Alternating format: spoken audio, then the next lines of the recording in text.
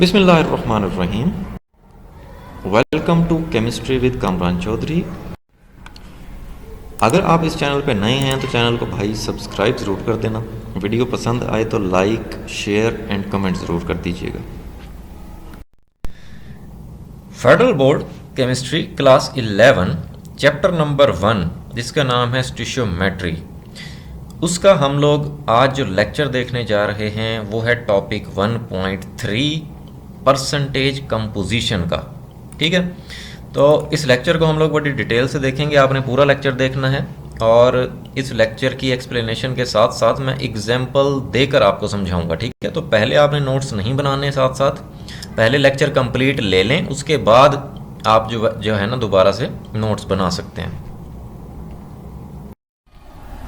सबसे पहले हम लोग डिफाइन कर लेते हैं कि परसेंटेज कंपोजिशन होती क्या है। तो परसेंटेज कंपोजिशन को कुछ आप इस तरह से डिफाइन करते हैं, the percentage composition is the mass percentages of each element in A compound. एक कंपाउंड में डिफरेंट एलिमेंट्स मौजूद होते हैं। ठीक है, अब उन एलिमेंट्स की मैसेज की बेस पे जो आप परसेंटेज कैलकुलेट करते हो उसको बेसिकली हम लोग क्या बोलते हैं, परसेंटेज कंपोजिशन बोलते हैं। अब आ जाते हैं इसकी एक्सप्लेनेशन पे। आपने परसेंटेज कंपोजिशन को डिफरेंट कंपाउंड्स में मौजूद एलिमेंट्स के लिए कैलकुलेट करना है तो आपको ना कुछ स्टेप्स को फॉलो करना पड़ेगा। ठीक है, अब वो स्टेप्स क्या हैं? 3 मेजर स्टेप्स हैं। अब उनमें से जो पहला स्टेप है वो क्या है कि calculate the mass of element present in A compound. एक एलिमेंट या सारे एलिमेंट्स की अगर आपने परसेंटेज कंपोजिशन कैलकुलेट करनी है तो उस कंपाउंड के अंदर उस एलिमेंट का मास सबसे पहले आपने कैलकुलेट करना है। ठीक है, अगेन मैं बता रहा हूं आपको कि उस कंपाउंड के अंदर किसी स्पेसिफिक एलिमेंट के जितने भी एटम्स होंगे उनके मैसेज को आपने ऐड कर देना है। ठीक है, तो वो उस एलिमेंट का मैस आ जाएगा इन दैट स्पेसिफिक कंपाउंड। उसके बाद की करना है तुसी, फिर तुसी कैलकुलेट कर लेना है molar mass of the compound. ठीक है, दूसरी चीज कंपाउंड का मोलर मैस कैलकुलेट कर लेना है। मीन्स के जो भी कंपाउंड आपको गिवन होगा उसमें मौजूद तमाम एलिमेंट्स के एटम्स के मैसेज आपने ऐड कर देने। ठीक है, तो वो मोलर मैस आ जाएगा कंपाउंड का। फिर क्या करना है? फिर सिंपली आपने फार्मूला लगाना है। फार्मूला कैसे कि मैस ऑफ एलिमेंट को आपने डिवाइड कर देना है मोलर मैस ऑफ कंपाउंड से और मल्टीप्लाई करवा देना है किसके साथ? 100 के साथ, क्योंकि परसेंटेज कैलकुलेट कर रहे हो आप तो 100 से मल्टीप्लाई करवाओगे। ठीक हो गया? ये क्लियर हो गया होगा आपको। अब हम देख लेते हैं फार्मूला जो मैंने अभी आपको बताया कि percentage of an element in A compound कैसे कैलकुलेट करना है। Mass of element in A compound को डिवाइड कर दोगे मोलर मैस ऑफ कंपाउंड से, मल्टीप्लाई करवा दोगे 100 से। ठीक है, तो परसेंटेज उस स्पेसिफिक एलिमेंट की आपके पास आ जाएगी। हम देख लेने ऐसे एग्जांपल। फॉर एग्जांपल ग्लूकोज जो कि इंपॉर्टेंट न्यूट्रिएंट है in the cell for generating chemical potential energy. हम तुसी की करना है calculate the mass percentage of each element in glucose. ਹੁਣ ग्लूकोज ਦੇ ਵਿੱਚ जितने भी एलिमेंट्स ने ना ਉਹਨਾਂ ਦੇ ਤੁਸੀਂ मास परसेंटेज कैलकुलेट करनी है। ठीक है, जैसे ग्लूकोज का की फार्मूला ਹੁੰਦਾ है C6H12O6। ਹੁਣ ਇਹਦੇ ਵਿੱਚ ਤੁਹਾਨੂੰ 3 किस्म के एलिमेंट नजर आ रहे हैं, कार्बन, हाइड्रोजन और ऑक्सीजन। तो तीनों एलिमेंट्स की आपने परसेंटेज कैलकुलेट करनी है इन दिस ग्लूकोज। ठीक है, ये ਤੁਹਾਡਾ क्वेश्चन है।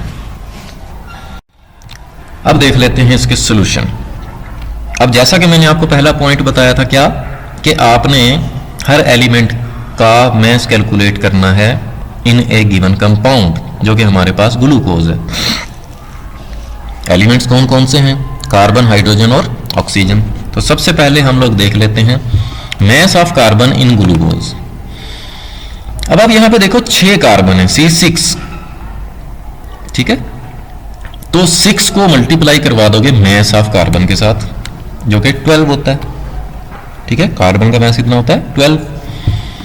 तो 12 मल्टीप्लाई बाय 6 72 ग्राम मास आ गया कार्बन का इन ग्लूकोज, ठीक है। कुछ स्टूडेंट्स गलती ये करते हैं कि वो सिंपल मास ऑफ कार्बन ले लेते हैं 12। हालांकि मैंने इसीलिए आपको लिखा बताया कि हर एलिमेंट का मास इन ए कंपाउंड, कंपाउंड के अंदर। अब कंपाउंड के अंदर तो 6 कार्बन है, तो 12 को मल्टीप्लाई करवाया 6 के साथ 72 ग्राम मास आ गया कार्बन का। सिमिलरली हम लोग हाइड्रोजन और ऑक्सीजन का कैलकुलेट करेंगे। हाइड्रोजन कितने हैं? 12, और एक हाइड्रोजन का मास कितना होता है? 1, तो 12 ग्राम आ गया, ठीक है। सिमिलरली ऑक्सीजन का, ऑक्सीजन कितने हैं? 6 ऑक्सीजन है। एक ऑक्सीजन का मास कितना होता है? 16, तो 6 × 16 96 ग्राम आ गया, ठीक हो गया। तो ये पहला स्टेप हमने कंप्लीट कर लिया, हर एलिमेंट का मास कैलकुलेट कर लिया इन ए कंपाउंड। अब देखो क्वेश्चन में उसने हमें ये कहा था कि आपने हर एलिमेंट की परसेंटेज कंपोजिशन कैलकुलेट करनी है, ठीक है। या हर एलिमेंट की परसेंटेज कैलकुलेट करनी है बाय मास। तो इस वजह से हमने तीनों के लिए सॉल्यूशन देखा। अगर किसी एक स्पेसिफिक एलिमेंट की वो पूछ रहा हो तो सिंपल आप उसी एलिमेंट के लिए सॉल्व करोगे। जैसे अगर वो कार्बन की पूछता तो हमें हाइड्रोजन और ऑक्सीजन का यहाँ पे मास देखने की जरूरत नहीं थी, ठीक है। एनी हाउ चलते हैं सेकंड स्टेप पे। सेकंड स्टेप क्या था? Molar mass of compound. Compound कौन सा है? ग्लूकोज। अब आपने ग्लूकोज का मोलर मास कैलकुलेट करना है, मींस के तमाम एटम्स के मैसेज को ऐड कर देना है। 6 कार्बन है तो 6 × 12, 12 हाइड्रोजन है तो 12 × 1, 6 ऑक्सीजन है तो 6 × 16, तमाम को ऐड कर दिया, आंसर कितना आया? 180 ग्राम्स पर मोल। तो ये मोलर मास आ गया कंपाउंड का। अब क्या करना है? फाइनली फार्मूला लगाना है और हर एलिमेंट के लिए आपने परसेंटेज कैलकुलेट करनी है, ठीक है। तो 1 बाय 1 देखते हैं तीनों के लिए। पहले देख लेते हैं percentage composition of carbon in glucose, ठीक है। तो फार्मूला क्या है? Percentage of an element in A compound का कि mass of element in A compound divided by molar mass multiply by 100। So finally हमारे पास वैल्यूज सब्स्टिट्यूट करेंगे इस फार्मूले में।